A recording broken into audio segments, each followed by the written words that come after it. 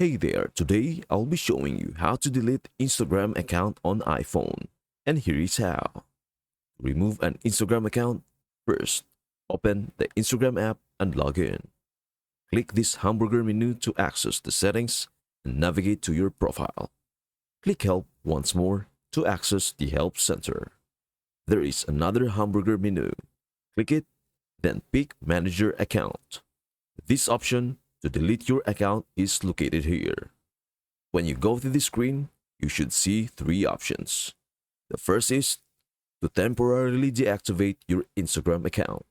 The second option is to delete your Instagram account. Scroll down a little to find it. Now, click the tiny arrow and ignore everything. Instead, switch to the mobile browser help. Now that you are on this page, scroll down a little to find the delete your account option. How about we click it together? Next, there is a tiny arrow here.